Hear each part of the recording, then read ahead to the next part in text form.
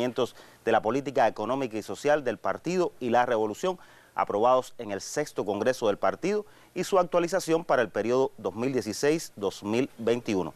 Esta comisión sesionó los días 16 y 17 de abril del presente año y contó con 424 participantes. De ellos, 312 delegados y 112 invitados.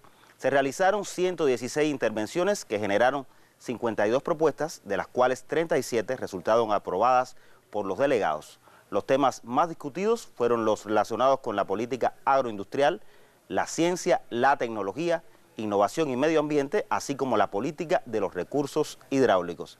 En las próximas 2 horas de televisión, vea un resumen del trabajo de la Comisión de Implementación de los Lineamientos en el 7º Congreso del partido.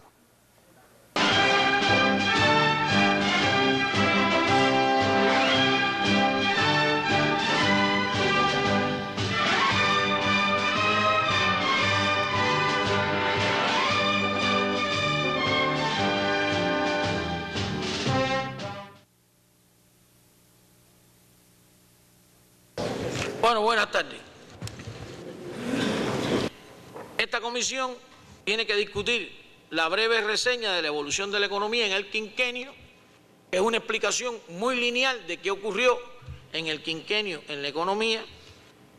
Tiene que discutir los resultados de la implementación de los lineamientos y tiene que discutir la actualización de los lineamientos de la política económica y social y la revolución aprobado en el 6º Congreso del partido para el periodo 2016-2021.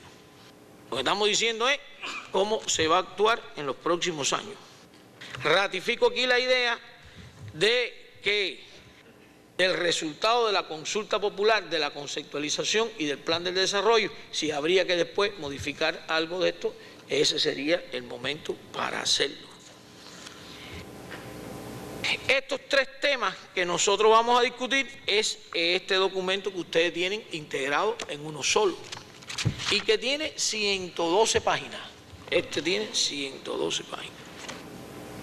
Tenemos la tarde de hoy, parte de la mañana de mañana, depende cuánto nos demoremos mañana en el debate del informe central, y la tarde de mañana. Seguimos. Estos 3 documentos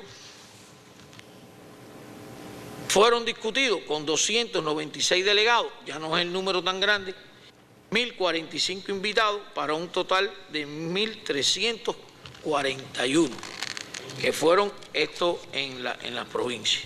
Seguimos. Se realizaron 2.218 intervenciones, 1.915 en las comisiones y 303 en la plenaria. Recuerden que en provincia todo vino a la plenaria. Y el 66% de esas intervenciones estuvieron concentradas en La Habana, Cienfuegos, Mayabeque, Villa Clara, Santi Espíritu, Guantánamo y Granma. Entre los asuntos más tratados, ya no de todos los documentos en todas las comisiones, yo estoy hablando de la nuestra, entre los asuntos más tratados, la organización, funcionamiento y resultados de la empresa estatal y las cooperativas no agropecuarias, las políticas sociales y la calidad de los servicios que se prestan, el desarrollo local, la agroindustria, el transporte, construcción y turismo, la capacitación de los cuadros y funcionarios, fueron los temas más tratados sobre estos 3 documentos en las provincias. En la introducción, todo el que tenga alguna opinión de la introducción, por favor, nombre, provincia, página y párrafo. Tienen ustedes la palabra. No hay opiniones en la introducción. Bien, avanzamos. Estamos entonces en la página 13. ¿Así la ven? Modelo de gestión económica. Y del modelo de gestión económica vamos a referirnos a los lineamientos generales que empiezan ahí también en la página 13. Si algún compañero tiene alguna opinión, recuerden que estamos en el informe, no en la actualización de los lineamientos. Esto es una evaluación de los hechos. Resultados. Entonces, lineamientos generales de modelo de gestión económica que están en la página 13 y llegan hasta la 14. Tienen ustedes la palabra. Bien, en la página 14 empieza la esfera empresarial. Si algún compañero tiene alguna opinión de lo que está escrito para la esfera empresarial, que es página 14 y página 15, y ya está el primer párrafo de las 17, en el orden que quieran, tienen ustedes la palabra. ¿Alguien pidió la palabra? A ver, Valeriano, preséntate. Bueno, aquí cuando se hablaba de la... es aclarar algo, no es... De todas formas aquí están los compañeros que más le saben a esto en la agricultura, en finanzas y en todos los demás conceptos.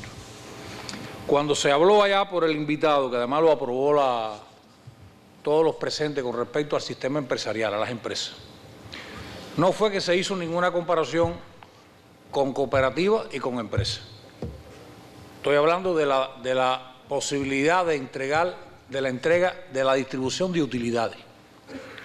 Lo que se planteó allí es que había un monto de indicadores formadores o indicadores que llevaban o daban la posibilidad, en el caso empresarial, de distribuir la utilidad, que prácticamente no estimulaba a los colectivos a obtener esa utilidad o a fajarse por obtener la utilidad, porque eran tantos los indicadores que prácticamente cuando uno, aunque no fuera de los más importantes, se incumplía, no había posibilidad de obtener utilidad. Y eso llevaba a que no existiera una estimulación en el propio colectivo en lograr esa utilidad. Lo aclaro porque no es una diferencia, no se habló de diferencia entre cooperativas. Lo que se habló de diferencia está claro, que la cooperativa distribuye de acuerdo a los conceptos y lo que tiene establecido en su reglamento y de acuerdo a la Asamblea, sino buscando lo que estamos planteando de que la empresa estatal socialista también tuviera la posibilidad de tener un mayor desarrollo. Eso lo reitero,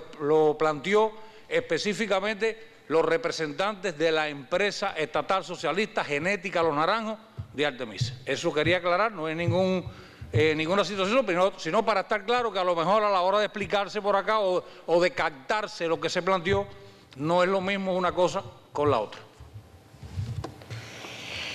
Es así como dice Valeriano. Tengo que dar una explicación muy chiquitica. Es decir, no nos modifica lo que tenemos aquí escrito.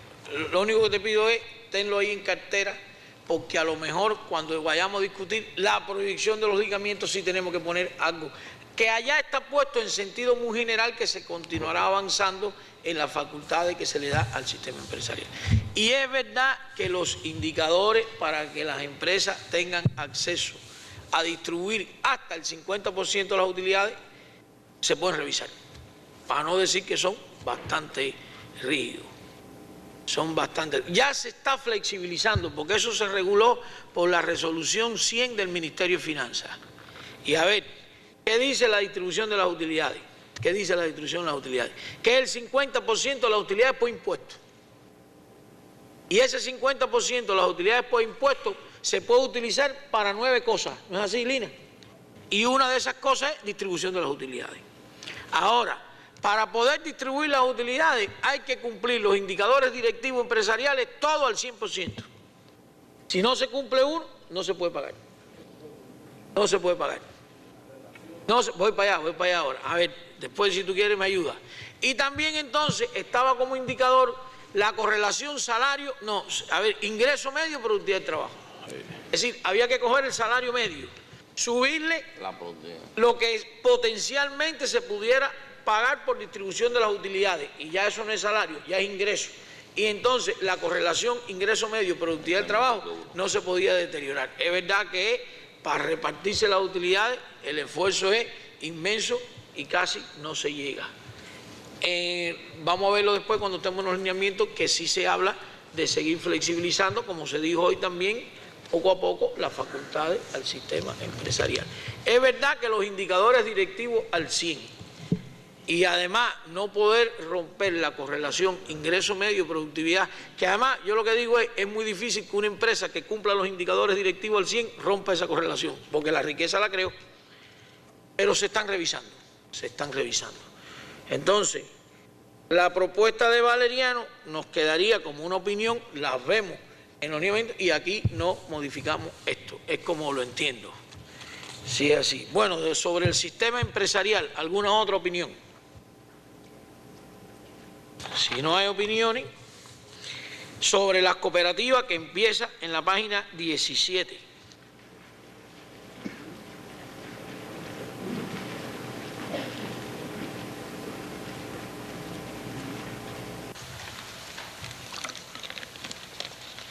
Página 17, empiezan las cooperativas. Parte está en la 18 también. No hay nada sobre las cooperativas.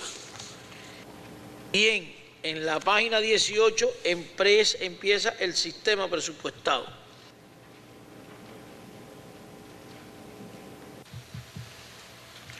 Que está en la 18 y en la 19.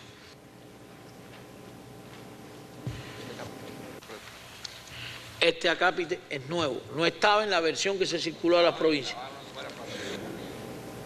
Y se incorporó. Aquí está la ministra de Finanzas. Lina, ¿alguna aclaración de este capítulo, por favor?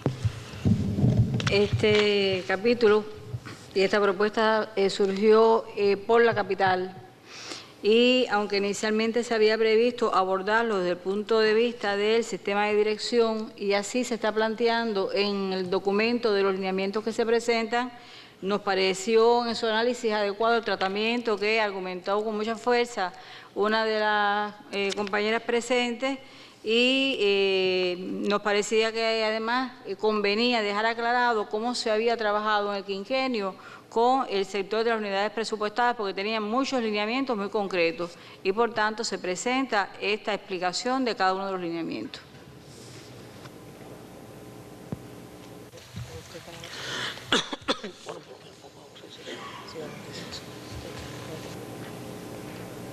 Sí, pero vamos a terminar, estamos dando vueltas allá afuera. Bueno, entonces, sobre el sistema presupuestario, ya lo explicó la ministra de Finanzas, ¿alguna opinión? Esto ustedes no lo vieron en provincia, se incorporó a partir de una opinión que nos llegó de La Habana, ¿fue la vi? Sí, en La Habana, en La Habana. En La Habana. Bueno, los territorios, ahí está el tema de los proyectos locales, la valoración que se hace. Son 3 párrafos sobre el tema territorial. En la página 20 empezamos las políticas macroeconómicas. Y en la página 20, dentro de las políticas macroeconómicas, están los lineamientos generales. Sobre los lineamientos generales, ¿alguna opinión? Y en esta página, en el párrafo 111, tenemos una opinión y le voy a dar la palabra que recibimos del Instituto de Planificación Física y le voy a dar la palabra al compañero Lavín para que le explique. Permiso. El delegado Samuel Rodiles Plana, presidente del IPF, nos hizo llegar esta opinión por escrito que se refiere al párrafo 111.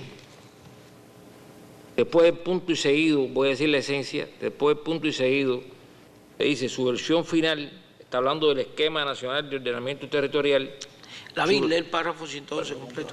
En lo concerniente al esquema nacional de ordenamiento territorial, se concluyó una primera versión del modelo, así como las políticas y programas para su desarrollo hasta el 2030. Y el cambio que tiene es este, su versión final será el complemento territorial del Plan Nacional de Desarrollo Económico y Social. O sea, sustituye, será parte componente por será complemento territorial. Es la esencia del cambio del párrafo que propone el delegado Rodiles. Es cambiar componente por complemento.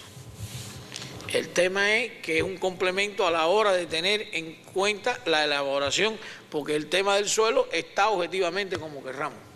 Es la idea que pude entender. Tendríamos que cambiar componente por complemento. ¿No así, Lavín? Por complemento territorial. Por complemento territorial. Bueno, esa sería la primera modificación que tendríamos que aprobar, proponer. Entonces, los delegados que estén de acuerdo, cambiar componente por complemento territorial, por favor que lo expresen levantando la mano.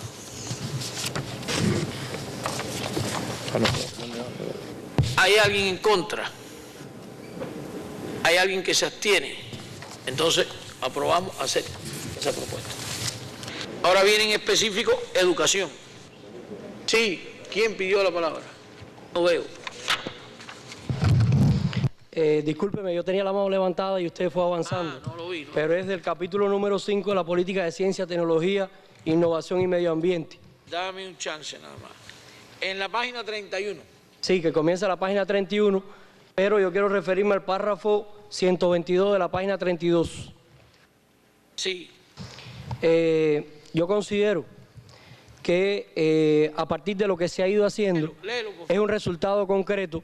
Léelo, por favor, tú lo tienes, léelo. Sí, se ha ejecutado 112 proyectos de investigación científica y servicios científicos tecnológicos para conocer el estado de los recursos naturales y el medio ambiente. La consideración en particular es que yo creo que ha sido lenta la implementación de los resultados y es la propuesta que estoy haciendo.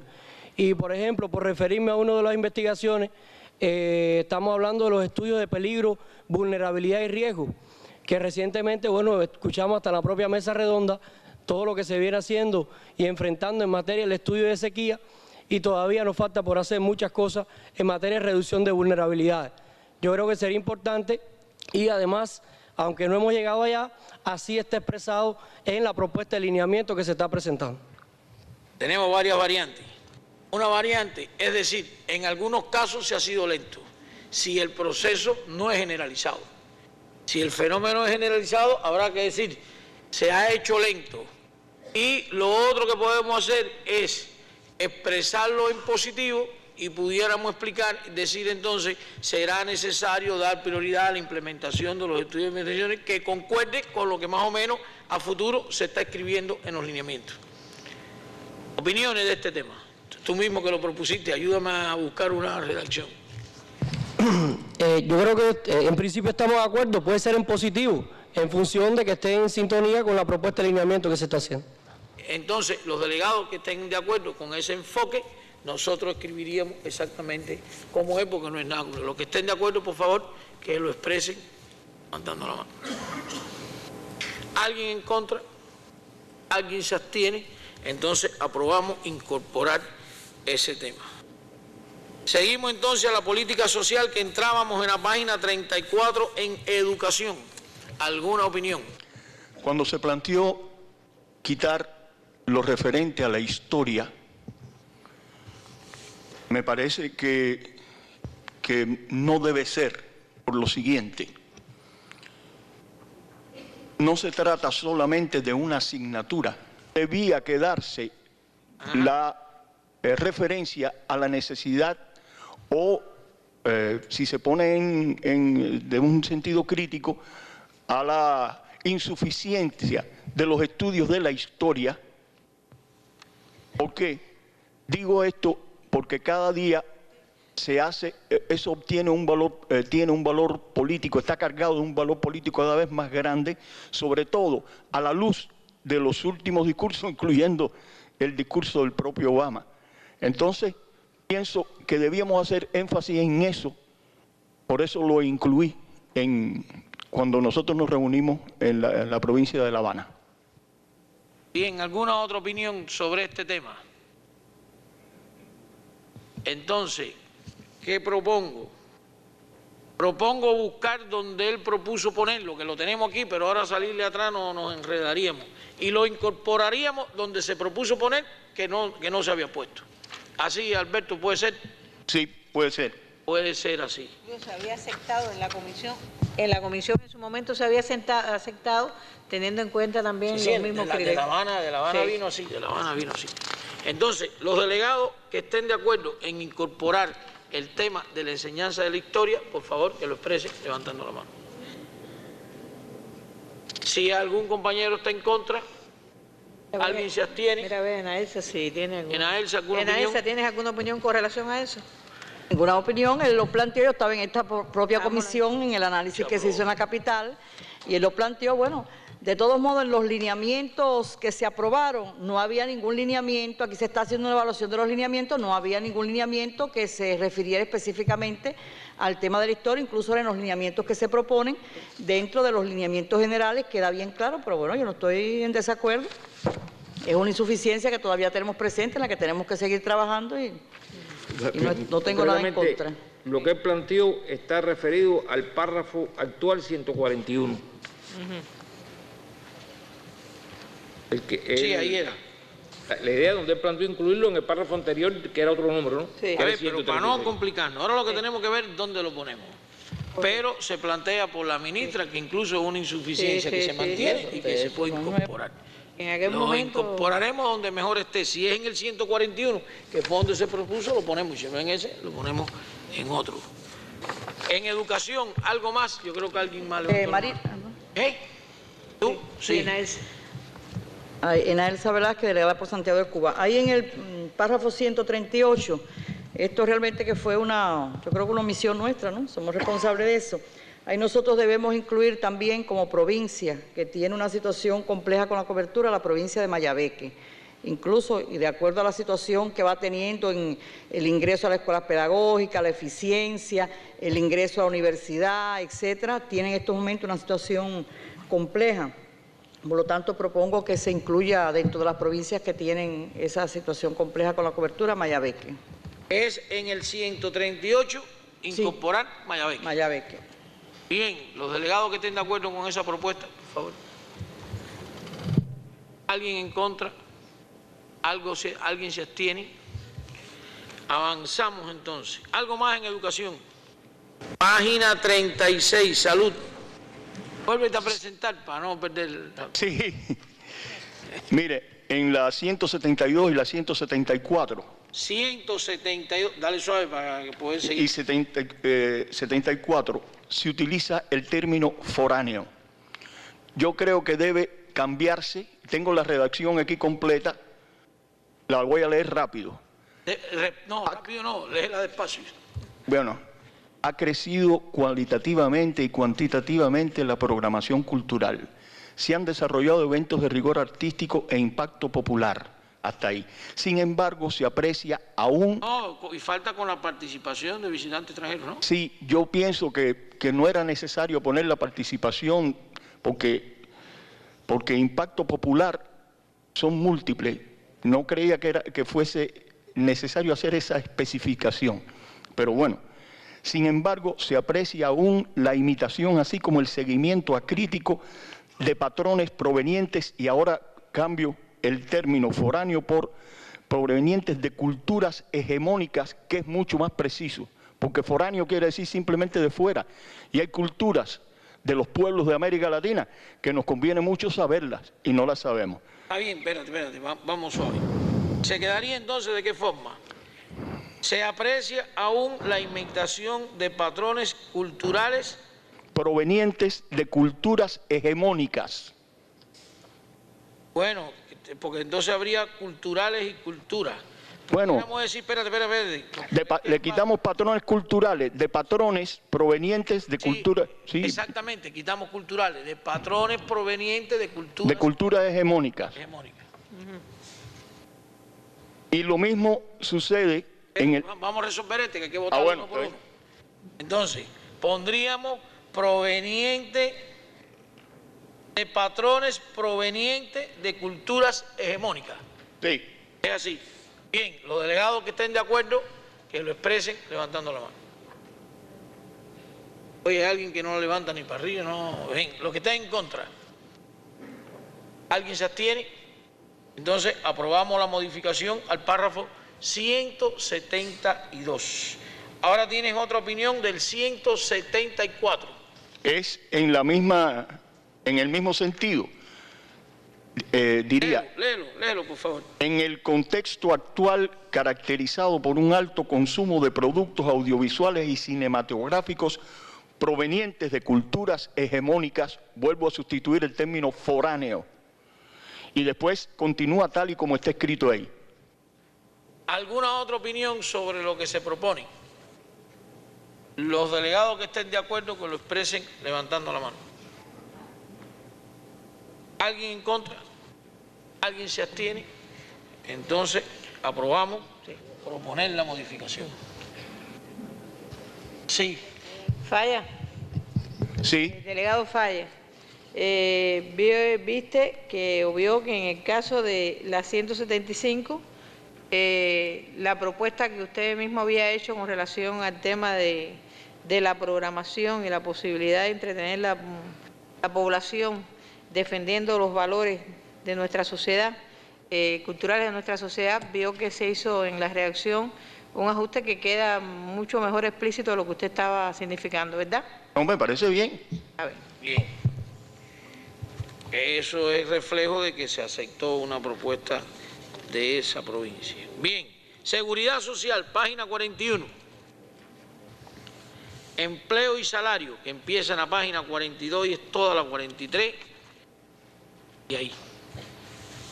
A mí me gustaría tal vez incorporar en el 193, y muy a tono con lo que está en el informe que presentó el primer secretario, cuando habla cuyos resultados al final del párrafo se analizan de manera sistemática para realizar los ajustes correspondientes, tal vez después de manera sistemática ponerle de conjunto con el movimiento sindical. Porque de las cosas que él aborda, aunque justamente se pudiera interpretar que está refrendado jurídicamente por el Ministerio de Trabajo. Los sistemas, la forma y sistema de pago tienen que necesariamente aprobarse en el proceso de conformación del plan, y además siempre he oído el parecer o de común acuerdo con la organización sindical.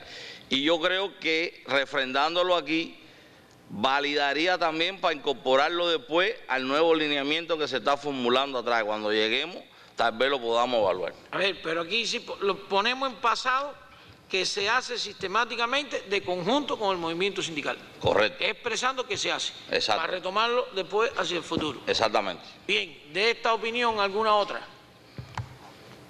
Los delegados que estén de acuerdo, que lo expresen levantando su mano.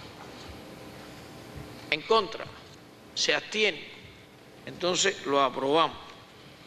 Algo más con empleo y salario. Pasamos a la página 44. Buscando ahí para irlo viendo. Gratuidades y subsidios.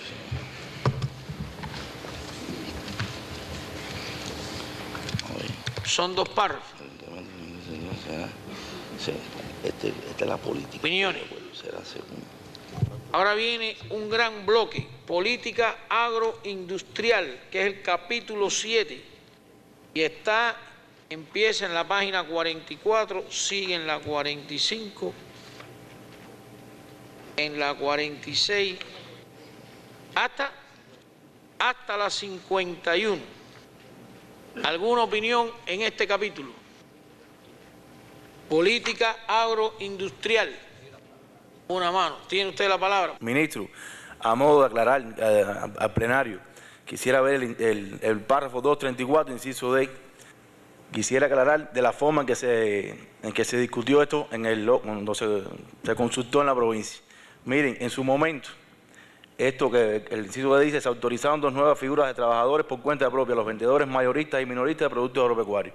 En su momento resolvió un problema porque, bueno, se nos contrataba a los campesinos de un 28 a un 30% de la producción desapareció a copio cuando aquello. Pero hoy el comandante Machado se ha desgastado en nuestras 2 provincias, Artemisa y Mayabeque, con este tema de los productos agropecuarios y bajar los precios.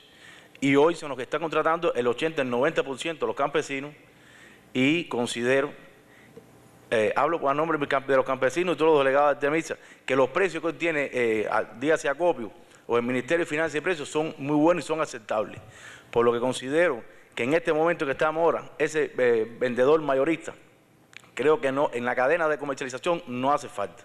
Por lo que considero también que eso nos afecta a todos los que estamos presentes, a la población en general, y considero que se analice este punto, que se dejara el minorista, que es ese carretillero que, bueno, es verdad que está más cerca del pueblo, que el que necesita ese producto va y lo compra ahí, pero este vendedor mayorista que no lo produce, que no le duele, es donde viene la especulación y vienen los altos precios, es lo que quisiera que se analizara. Bueno, como bien decía Yusniel y como expresaba también la primera secretaria, nosotros no nos vamos a referir a lo que él dijo ya.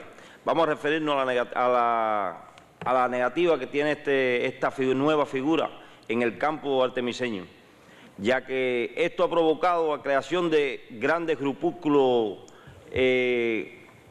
delictivos, los cuales se organizan para venderle a esta figura. O sea, que en vez de trabajar de día, trabajan de noche, arrasando los campos de los campesinos y encareciendo los productos en el campo, porque ellos le compran en la madrugada a estos líderes de grupos y le pagan al cash, como se dice, y esto ha creado una insatisfacción bastante grande. Además de que ya pienso que va evolucionando el sistema de comercialización nuestro, o sea, el acopio nuestro en el campo, y esto lo que nos hace es entorpecer un poco comprarle a los campesinos. Ya hoy estamos en condiciones de que esta figura que jugó su papel en determinado momento se vaya retirando del campo, por lo menos de la provincia de Artemisa. Yo creo que está en el inciso D, está bien redactado. En aquel momento empezó a surgir, bueno, ¿y cómo se accede al mercado de forma directa si la logística del transporte no alcanzaba en las cooperativas para hacer eso? Y en las ideas constantes y análisis surgió entonces que una de las variantes es autorizar legalmente una figura que fuera un comprador con transporte legalmente que accediera y trajera la producción desde el campo, desde la finca hasta el mercado a las distintas formas que aprobamos. Yo lo que creo que ese es el problema que estamos balanceando hoy, es decir, lo que se aprobó para resolver aquel problema que hemos estado discutiendo mes tras mes. Ahora hay una nueva observación a este problema que yo creo que hay que proyectarlo en el nuevo lineamiento. Me parece que las medidas que están previstas de ir a lo legal, porque también en estos 5 años, a veces cuando uno profundiza en los lugares donde pasan esas cosas, generalmente detrás de todo eso hay una producción no declarada. Hay también acceso directo a algunas fincas que entonces no declaran eso como producción contratada y entonces crean esos problemas que cuenta el compañero Tomás. Pero me parece que como estamos haciendo un balance de 5 años, yo creo que lo aprobado, como está redactado ahí, está correcto porque surgió como parte de la necesidad que fue apareciendo en el camino. Bien, otra opinión. Yo comparto la idea de que la comercialización a raíz de la aprobación del sistema de acopio, que actualmente está funcionando bastante bien, y como decía el camarada, los precios que tienen hoy los productos de pago a nosotros son buenos. Si mejora un tantito así la problemática de los pagos, de los impagos que tiene que hacernos acopio a los productores, no todo aquí, el 90% más de la producción nosotros se la vendemos. ¿Quién tiene que comercializar aquí? La forma productiva mía. Todo lo que aparezca fuera de ella constituye un desvío, diría yo, de la producción y un precio superior que tiene que pagar la población de los productos. La forma productiva mía, aparte del plan que se tenga con acopio para el cumplimiento de la contratación, es quien tiene que comprarme a mí y comercializarla, y es la que puede bajar precio. Porque incluso nosotros nos ponemos de acuerdo y nosotros mismos bajamos precios a la población. Sin embargo, cuando aparezca otro que le compra a la cooperativa, que por lo general hoy, si fuéramos a evaluar las producciones que los campesinos venden, a contabilizar esa cantidad de producción que se va por fuera, que decimos nosotros que no venden los campesinos, habría que ver si todo lo que aparece aquí hoy en materia de incumplimiento que tiene el país y del dinero que tiene que poner el país para comprar recursos, nosotros no podíamos suplantar gran por ciento de ello. ¿Y por qué ocurre? Por insuficiencias propias que tenemos hoy en la forma productiva y el sistema de acopio como tal, que todavía va mejorando en ello. Mi criterio es que estas cosas que están ajenas a este mecanismo de comercialización entre acopio y la forma productiva, lo que va a constituir es problema y lo que va a constituir es precio para que pague la población posteriormente a ello. Estamos evaluando el párrafo 234 que se refiere a la transformación del sistema de acopio y la comercialización. Yo pienso que no se debe quedar el inciso D solo en el enunciado de la decisión de la aprobación de 2 nuevas figuras, sino que hay que ponerlo en crítico, que hay que ponerlo en negativo, porque han sido 2 decisiones nefastas. Yo propongo que pudiera quedar, se autorizaron 2 nuevas figuras de trabajadores por cuenta propia, los vendedores mayoristas y minoristas de productos agropecuarios, los cuales, lejos de favorecer la comercialización y los precios, han generado ilegalidades y manifestaciones delictivas. Es decir, si es algo que no nos ha dado resultado y que hay una decisión que no debe continuar, lo que tenemos que ponerlo críticamente.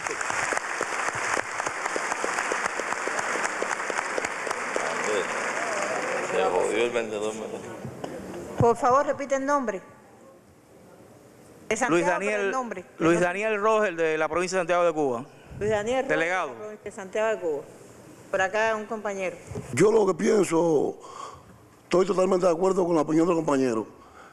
Y pienso que como hoy funciona el sistema de acopio, no hay ninguna necesidad de ese otro elemento dentro del sistema productivo.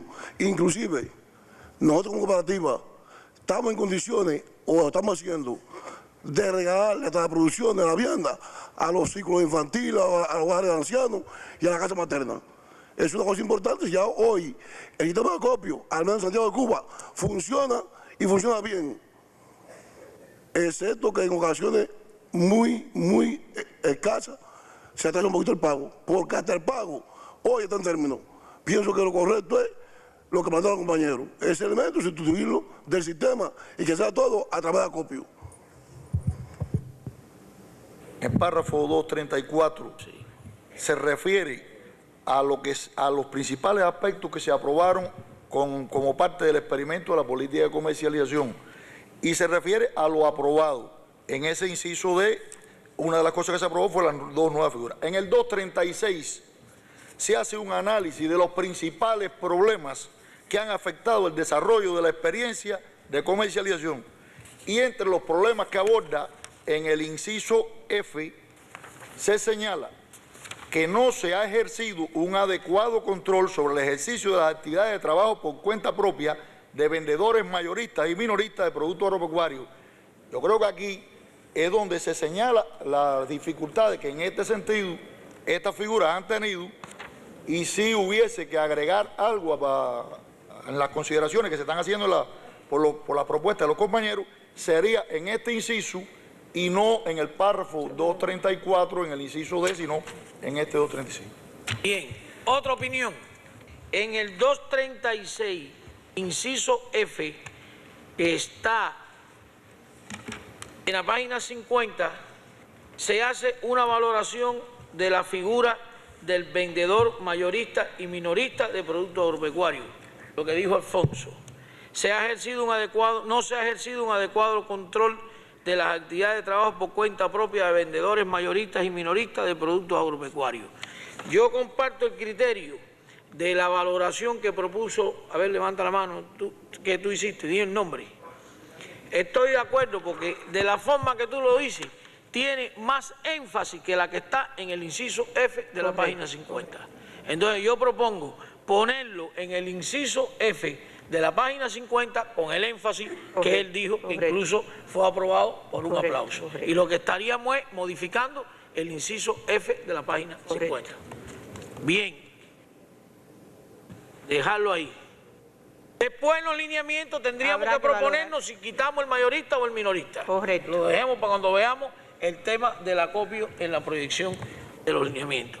Los que estén de acuerdo con cambiarle la redacción al inciso F de la página 50 con el espíritu de hacerlo más crítico y ponerle más énfasis a la situación negativa, que lo exprese levantando la mano. Porque además, disculpa Marino, las condiciones, yo comparto ese criterio, porque además las condiciones hoy no son las mismas y el control totalmente no va a resolver ese problema. Bien, los que estén de acuerdo ya votaron, los que estén en contra, los que se abstienen, entonces aprobamos esa propuesta. De la política agroindustrial, entonces terminamos el segundo documento. Yo no encontré una valoración de la implementación del lineamiento número 3, que tiene una gran importancia y además del 3. Yo no la encontré, es decir, relacionada con la concentración de capital y demás, una valoración de lo que se ha hecho hasta este minuto. No lo encontré. Sin embargo, lo veo proyectado, muy bien proyectado, porque además se le agrega que se regulará. Y además hoy, precisamente en el informe central, se habló de la importancia que tiene este lineamiento para mantener nuestro socialismo. Entonces, no veo una valoración. Es eso solo. Es correcto. Bien, ¿alguna otra opinión? Espérate, vamos, me equivoqué. Espérate. Esa idea de ella tenemos que aprobar, incorporarla. Los delegados que están de acuerdo, que lo expresen levantando la mano. Los que estén en contra, los que se abstienen, entonces aprobamos incorporar esa nueva idea. Disculpe un momentico, Marino, y yo le quería comentar la propuesta, la preocupación que tiene ella y sobre todo, como ella explicaba, ¿no? Cómo se presenta en el nuevo lineamiento, en la actualización de los lineamientos, tiene que ver también con que ha sido un tema analizado, discutido, con opiniones de preocupación en algunos momentos que han llevado a este análisis y precisamente a la precisión que se hace en el nuevo lineamiento. Es decir, que es un tema que tanto en los órganos de dirección del país, ya sea el propio Consejo de Ministros, el Comité Central, las reuniones que se hicieron de preparación en todas las provincias del país, ha sido un tema que realmente se le ha dedicado tiempo y discusión con opiniones diversas, sobre todo con la preocupación de poder buscar un nivel de límite y de control sobre este asunto. Vamos al documento, empieza en la página 79, que se llama Actualización de los lineamientos de la política económica y social para el periodo 2016-2021.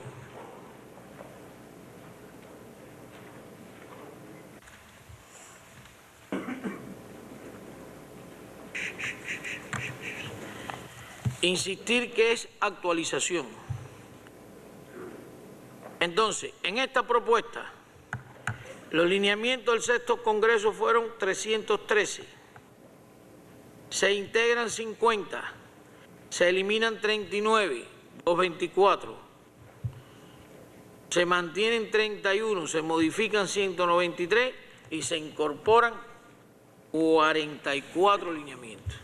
Por tanto, tendríamos para el próximo periodo 268. No creo que nos dé tiempo ver este documento hoy completo, pero avanzaremos. Ya por lo menos se explicaron los 23 que no se aceptan. Estoy en la página 80, primer punto, modelo de gestión económica, lineamientos generales. Tienen la palabra. Yo propongo revisar un momentico la redacción de la última oración del lineamiento 2. Sí, dice así. Además reconoce, entre otras, la propiedad cooperativa, mixta y la privada de personas naturales o jurídicas cubanas o totalmente extranjeras. No sé, da la impresión de que nosotros aprobamos propiedad privada totalmente extranjera. Por eso pienso que deberíamos revisar esa redacción. Pero está previsto incluso en la ley de inversión extranjera, propiedad privada. Cuando tú haces, a ver, le voy a dar la palabra a Rodrigo, que es el que mejor lo puede explicar.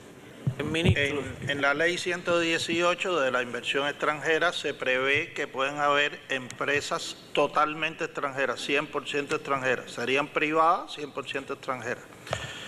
De hecho, en la zona especial de Mariel, por ejemplo, ya algunas se han instalado con esta modalidad.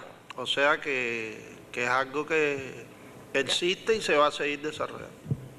Cuando tú haces una empresa con inversión extranjera, haces una sociedad anónima por acciones. Puede tener el 50% de las acciones, 50 y 50, que es lo que se dice, 51-49, puede tener 80-20. Y la distribución de las utilidades depende de la participación accionaria. Pero hay sectores donde conviene que haya inversión extranjera 100%, es decir, es accionaria 100%, se lleva el 100% de las utilidades, pero por ejemplo, si te hace una producción que comprándosela a esa empresa extranjera en Cuba te es más barato que lo que a ti te cuesta producirlo en el país, entonces el edificio, eso casi siempre es opera, construye, transfiere, ¿no, Rodrigo? Y se pone un tiempo en que él transfiere la propiedad porque recuperó el dinero que invirtió. Está previsto en la ley y van a ocurrir. Sí, el efecto económico es mejor.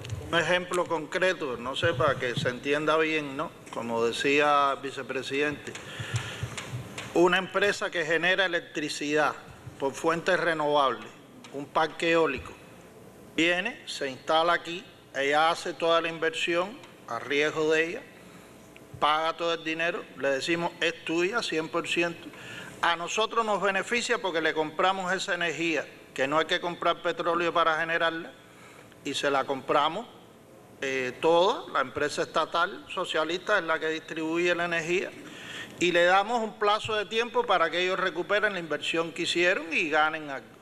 Nosotros no nos gastamos un centavo, la economía se beneficia y al final ellos nos transfieren esa propiedad después del número de años que se utilizó. Es la manera más común en que se ve la fórmula esta de 100% extranjera. O que vienen a prestar determinados servicios.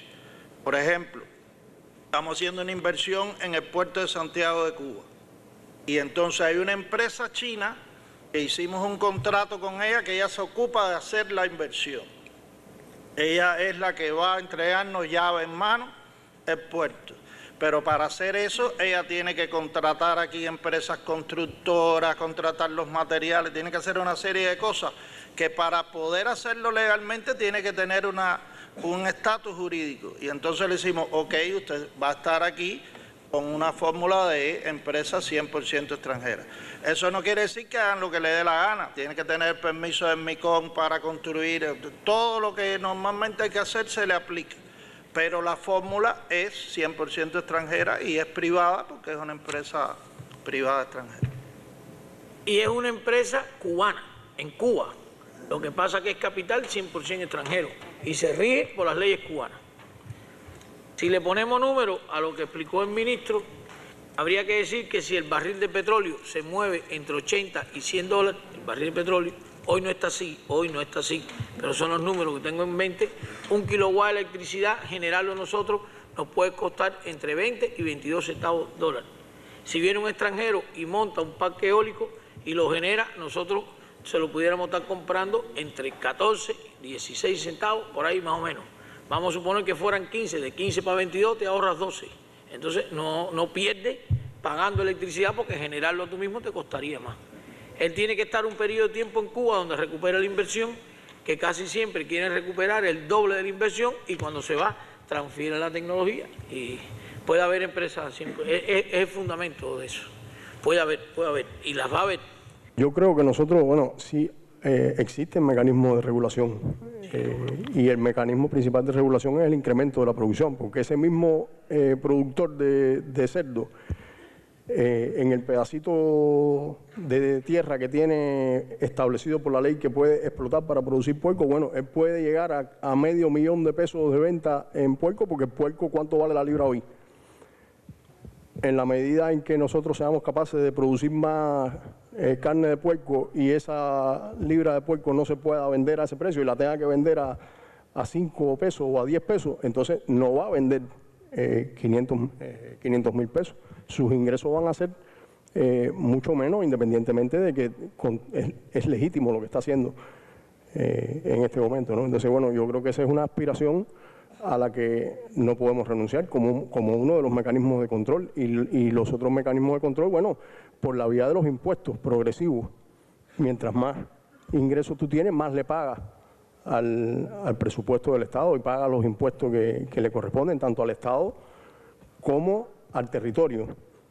Pero bueno, yo pienso que el mecanismo principal está ahí y en definitiva, bueno, hay en todos estos casos yo pienso, o en la mayoría, porque yo no los conozco, no he hecho ninguna investigación, de lo que podíamos llamar en los términos nuestros enriquecimiento, parte de una distorsión del mercado que tenemos porque no hemos sido capaces de alcanzar los niveles de producción que se requieren, ¿no? Y pienso que ahí está el principal mecanismo de control, además de los límites legales que se establecen en los lineamientos como regulación de la capacidad de concentrar la riqueza y la propiedad, ¿no? Es un comentario que quería hacer. Nosotros coincidimos con todas las terminologías que se están empleando para el tema que estamos hablando de la producción, como es lógico. Hace falta producir, todo eso se hace en beneficio de la economía del país. Pero ¿qué nos preocupa, no? Dice claro aquí que en la forma de gestión no estatales no se permitirá la concentración de la propiedad y las riquezas en personas jurídicas o naturales. Y lo que nos preocupa, y por eso lo planteamos, ¿no? Nos preocupa que nosotros por lo menos no vemos la forma en que vamos a evitar la concentración de riqueza en productores eficientes. Por ejemplo, un productor en la zona de ahí de la zona de Virán, cerca de Virán, por ahí en Ramón, que le dice, siembra 1 millón de posturas de cebolla. Trabaja cantidad, ¿verdad? Pero hace 1 millón de pesos. Esta regulación que estamos hablando, ¿en cuánto? ¿Y cómo la vamos a regular si lo que queremos es que la gente produzca más? Yo estoy de acuerdo que podemos regular la propiedad, sí. A ese hombre le podemos regular la propiedad porque decimos, tienes 10 hectáreas, no te doy ni 1 hectárea más. Y ya, no hay problema ninguno, no le damos más hectáreas. Tendría que sembrar, buscar más eficiencia en las hectáreas que tiene. Pero regular las riquezas, no vemos la forma de que se pueda hacer. Y por eso pensamos que esto es un tema que todavía falta mucho por hacer. Pero la concreta es que lo tenemos hoy ya. Esto no es que va a venir, esto está hoy. Está hoy y personas que nos alegramos infinitamente que produzcan bastante cebolla, pero tienen 2 ladas, tienen casa. Es perfecto, eso es bueno. Eso es bueno, se lo están ganando con su trabajo, pero tienen concentración de riqueza ya. Y lo que no vemos es la fórmula de evitarlo. Muchas gracias. Bien, a ver, otra opinión de este tema. Yo creo que hay 2 palabras que entran en contradicciones. La de no se permitirá es difícil. Decía el compañero que ya existe. Yo creo que el texto del lineamiento estaría enfocado en la forma de gestión no estatales. No se regulará la concentración o regular la concentración. Es lo que creo que debe ser lo correcto. Es regular la concentración y no poner no se permitirá, porque hoy existe en realidad. Bien. Está bien, ya. Otra. Yo creo que el análisis hay que separarlo en 2 vías, ¿no? Una cosa es el proceso de gestión de esa forma de trabajo no estatal y otro es la distribución de la riqueza. Lo real es que ya muchas formas de esa no estatal, ya hoy sus procesos son al igual que cualquier empresa y cualquier actividad del sector empresarial. Y si queremos controlarlo, tenemos que regularlo por las mismas normas que se rigen cualquier actividad empresarial. Ahora, ya el tema de la distribución de la riqueza, creo que habrá que crear mecanismos. Creo que la política tributaria, impositiva, en muchos países ya se está utilizando que mientras más, el que más ingresa, más aporta. Tendremos que ver alguna vía por ahí, pero para poder controlar ya esas empresas, con esas organizaciones, el desarrollo que han tenido, hay que enmarcarlas en un sistema empresarial, al igual que el sistema empresarial que tenemos hoy en la vía estatal. Si no, ¿cómo controlamos las ventas, cómo controlamos sus gastos, las aportaciones y todo lo que regula el sistema empresarial? Eso me parece separarlo en 2 vías. Gracias. Bien, otra opinión. A ver si puedo ayudar en el análisis. Vamos a ir separando cosas. Aquí hay una primera intervención por esta banda.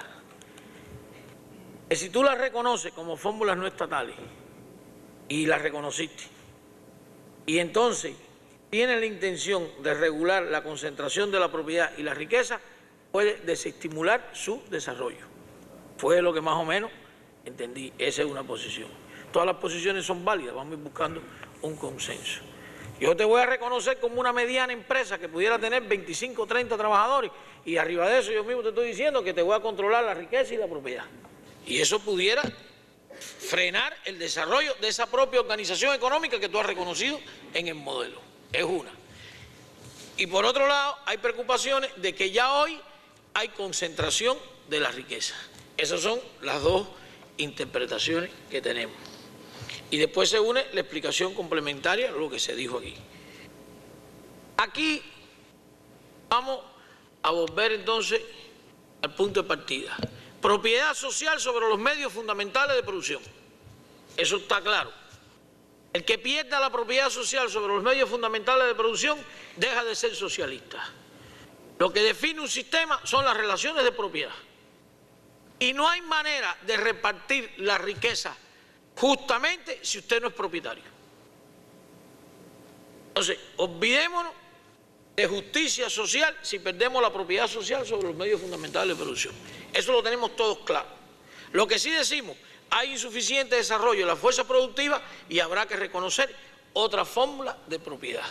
Y esas fórmulas de propiedad queremos que sean dentro del modelo, pero complementarias. Y si usted quiere que sean complementarias, le tiene que poner límite, porque si no le pone límite, no son complementarias. Fíjense que allá en la conceptualización se está discutiendo mediana, pequeña y microempresas con personalidad jurídica. Entonces, esos trabajadores por cuenta propia, que alguien plantea que ya hoy tienen bastantes ingresos, por no decirle ricos, el problema es que no son personas jurídicas. Cuando usted reconozca mediana, pequeña y microempresa y haga una ley de empresa, pone límites y forma de funcionar parejos para todo el mundo, con cuentas, con relaciones bien claras.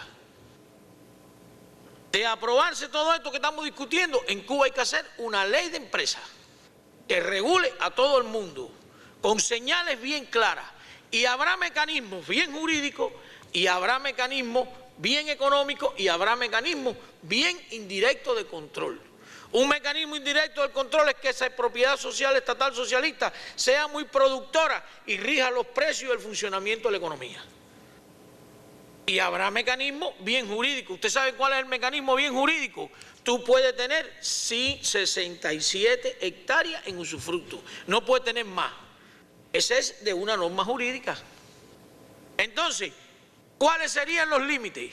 Bueno, el que tenga 67 hectáreas, que sea muy eficiente, produciendo cebolla, todo el dinero que tenga viene de su trabajo, y él tiene que administrar 67 hectáreas, y la riqueza equivalente hasta las 67 hectáreas no es la que hay que regularle, esa se la tenemos que reconocer porque le dimos las 67 hectáreas en usufructo. Y si con 67 hectáreas y sembrando cebolla compra los 2 ladas, podrá comprarse 2 ladas. Ah, lo que no va a tener nunca es 30, no sé cuánta cabería de tierra, porque está regulado y esa es una decisión administrativa. El impuesto, como se dijo aquí, yo quiero decir lo siguiente, el impuesto es una forma de redistribución de la renta nacional. El impuesto tiene un carácter redistributivo, porque es una segunda distribución. Yo trabajo y por mi salario me pagan ingresos. Eso es una redistribución de acuerdo al trabajo. Y cuando yo por mi salario, como un ingreso personal, pago un impuesto, es una redistribución de esa renta nacional que se está repartiendo. Ese es el carácter del impuesto. Los impuestos pudieran y son clave en la redistribución de la riqueza. Me trae Lina aquí la ley tributaria. Ya la ley tributaria nuestra cobra impuestos progresivos según los ingresos. Miren, el exceso de los ingresos entre 12 y 24 mil pesos paga un 15% de impuestos. El tramo de los ingresos entre 24 y 48, 20% de impuestos. El tramo de los ingresos entre 48 y 72, ese tramo, un 30% de ingresos. Bueno, y el tramo de los ingresos entre 100 y 150 mil pesos, un 40% de ingresos. Ese pedacito. No es que el que gane 140 mil paga 70 mil de impuestos, eso va calculando por tramo. Entonces, tiene que haber regulaciones y conceptos del modelo. Y hay que tener cuidado, y ustedes saben por qué no pusimos solo propiedad, porque si nosotros a las fórmulas no estatales que existan les arrendamos los bienes del Estado, sin ser propietarios pudieran tener concentración de riqueza. Arriéndeme a mí como persona los restaurantes de lujo de la capital. No son míos, pero los gestiono como si fueran míos. No hay concentración de la propiedad, pero sí hay concentración de la riqueza. Que el Estado me dé para administrar a mí 50 restaurantes de lujo de la capital. Y en el mercado de la capital, que es donde más dinero se mueve. Entonces yo pudiera tener concentración. Ah, bueno, si lo que me arriendan es un restaurante de 20 mesas y no puedo arrendarme ni otro, ni otro, ni otro, la decisión de no arrendar más de uno es equivalente a no dar más de 67 hectáreas en usufructo. Y por la vía jurídica no hay concentración, porque no soy propietario, pero no hay de la riqueza, porque aunque lo gestione, eso tiene un tope. Yo creo que son cosas muy complicadas y que hay que enfrentar.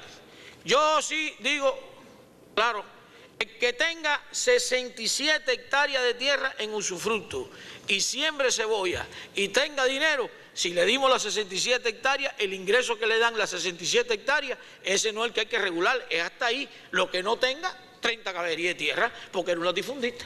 E incluso con 67 hectáreas hay que contratar fuerza de trabajo. ¿Quién trabaja 5 caballerías de tierra él solo? Eso no es posible, tiene que contratar. Ese es el límite, 5 caballerías de tierra. Ese es el límite que vienen desde la ley de reforma agraria. Las 5 caballerías de tierra. Gladys. Bueno, eran los elementos que quería dar. Estaba esperando precisamente tu intervención y me anima todo lo que has dicho para intervenir también. Yo creo que todos nosotros debemos estudiarlo, recibimos, lo escuchamos, pero entre escucharlo y la emoción del día, tenemos que volver sobre la intervención del compañero primer secretario en su informe. Y en las páginas 24, 25 y 26 se toca este tema. Yo creo que hemos cogido el ejemplo que quizás no es el que más preocupa a la población, el campesino que produce. Y eso tiene, para no extenderme, las regulaciones que tú dices. Aquí hay otros casos que no son los campesinos, yo digo que son los que más preocupan a la población. Y creo que yo estoy totalmente de acuerdo, como está expresado en los lineamientos, que dice además que tendrá que regularse. Tendremos que trabajar mucho en una cosa que es compleja, pero no nos debemos confundir. No nos debemos confundir porque esa acumulación que además se promueve, y lo dijo el compañero Raúl, cambia totalmente si lo dejamos sin tener conciencia de ese riesgo y de tomar medidas, cambia totalmente nuestro sistema y genera un grupo de cosas, ya no solo de carácter económico, sino sociales, de comportamientos, de forma de vida, que se alejan totalmente de nuestro sistema. Yo creo que a la hora de que se regule se tomarán todas las medidas y están todas las cosas que además, como experiencias al fin, se analizan. Hay cosas que han quedado mejor, hay cosas que en la práctica estaban bien diseñadas, pero no se desarrollaron como debía ser y no se controlaron bien. Y hay que analizar, pero lo que me preocupa es que cuando hablemos de la concentración de la riqueza, nada más nos concentremos en el campesino, que entre todos aquí ya se han dicho también algunas ideas, como es la producción, el precio, porque hay que ver a los precios que se venden los ajos y la cebolla, cualquiera se hace también millonario. Es decir, no es solo la producción, hay que ver también todos los negocios turbios y no transparentes que se producen en esas ventas con las propias empresas estatales, casos que todos hemos analizado y que tenemos experiencia. Entonces, yo ratifico lo que quería decir como delegada a este Congreso. Adelante, de los generales, ya no del 3. Sí, yo tengo una preocupación. Nosotros consideramos que en los lineamientos generales debe incorporarse algún lineamiento referente al fortalecimiento de la contabilidad. En el documento que se analiza cómo hemos avanzado en este quinquenio en cuanto a la implementación de los lineamientos, al abordar las problemáticas en el control y sus principales causas, se reconoce en el párrafo 418, inciso D, que la contabilidad no siempre constituye una herramienta para la toma de decisiones y para garantizar la fiabilidad de la información financiera y estadística de forma oportuna y razonable.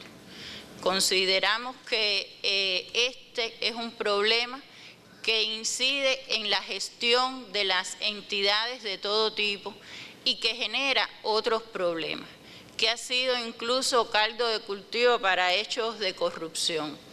En disímiles escenarios se ha evaluado las debilidades que tiene la contabilidad y que es multifactorial. Y nosotros consideramos que debe haber un lineamiento que propenda al fortalecimiento de la contabilidad y que contribuya a que ella sea una herramienta eficaz para la dirección y para la gestión. A lo mejor Gladys se acuerda, si hay alguno, Gladys, que tenga que ver con el control interno o algo de eso, para ponerlo en un solo lugar juntos. Está ahí uno para el control interno. ¿Sí? Sí, viene más adelante. Pero sí, hay lineamientos que tratan del control interno y pudiera incluirse. Lo que sí estoy de acuerdo, que no sea ni para las empresas, ni para... es para todas. Me parece que se puede incluir, no tiene que ser uno específico, lo que quiero decir, estoy de acuerdo, que se puede incorporar, pero también coincido, es un planteamiento que siempre hemos hecho, que debe destacarse eso como lo hacemos con la planificación, con la contratación, con otras actividades, porque es influyente en muchas cosas. Aquí podemos poner lo de la contabilidad, en el 6. Pero con relación a la contabilidad, yo en aras de consumir menos tiempo, dije que es multifactorial, pero las debilidades que tienen las áreas de contabilidad y económica en general tienen muchos factores que pasan por el completamiento de las plantillas, la capacitación, la experiencia, los relacionados con los procedimientos, etcétera.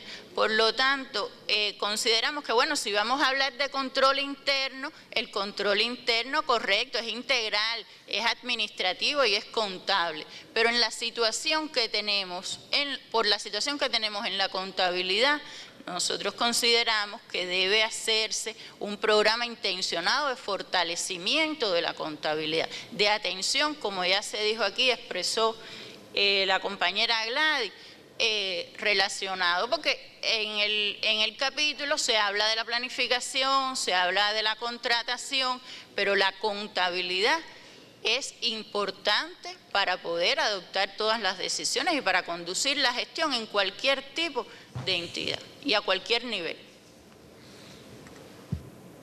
Bueno, vamos allá. Tenemos dos variantes. O incorporamos el tema de la contabilidad en el lineamiento número 6, quiera ser, o en los lineamientos generales incorporamos un lineamiento solo asociado al registro contable y un programa de recuperación de la contabilidad. Los delegados que estén de acuerdo en incorporar un nuevo lineamiento en este sentido, que me queda por ahí para que me ayude a hacerlo, que lo exprese levantando la mano.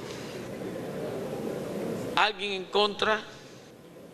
¿Alguien se abstiene?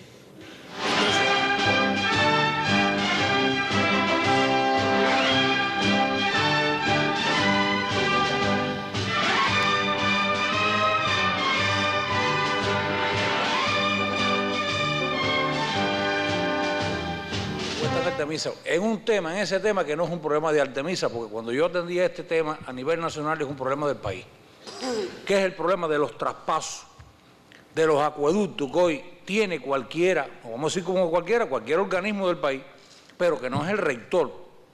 Entonces eso ocasiona muchas dificultades.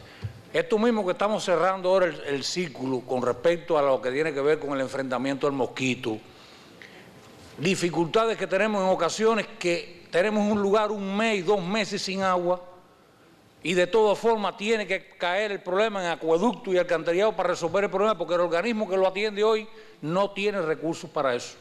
Nosotros lo que planteamos específicamente es como un aumento o sí, ahí en el mismo 234 a lo mejor, lo que planteaba no era hacer el traspaso paulatino, como se pueda, de acuerdo a las posibilidades que tenga el país, pero que los acueductos que hay, que pertenecen a diferentes organismos, vayan pasando a quien realmente es el rector de esa actividad. Eso es lo que planteamos en aquel momento allá. Sabemos que en Mayabeque y en otros lugares del país también pasa esto. Entonces, lo estamos planteando. ¿Pueden 5 en el año? 5. ¿Podemos 3? 3. Pero irlo haciendo, porque es que lo que no se ponga en los lineamientos con respecto a esas cosas no va a salir. Bien, Inés, lo que se está planteando es el traspaso gradual de los acueductos hacia el organismo rector. De todas formas, tú enfrentas eso con un sistema empresarial, ¿no? Opiniones, Inés. Bueno, habíamos conversado el tema. Hay una política aprobada que en la Política Nacional del Agua se recoge. La gestión descentralizada del agua equivale a la calidad del servicio, que es el objetivo número 12 de la Política Nacional del Agua, y donde habla que los servicios vinculados al agua y el saneamiento en comunidades aisladas o tienen otros organismos serán asumidos por la forma de administración local que se considere. ¿Qué ha pasado? Que, como bien plantea el secretario Valeriano, ha ido de forma paulatina, como está establecido aquí en la política. Se comenzó por los acueductos que fueron entregados por la agricultura y ASCUBA, y paulatinamente se han ido incorporando otros acueductos en dependencia de las dimensiones del acueducto.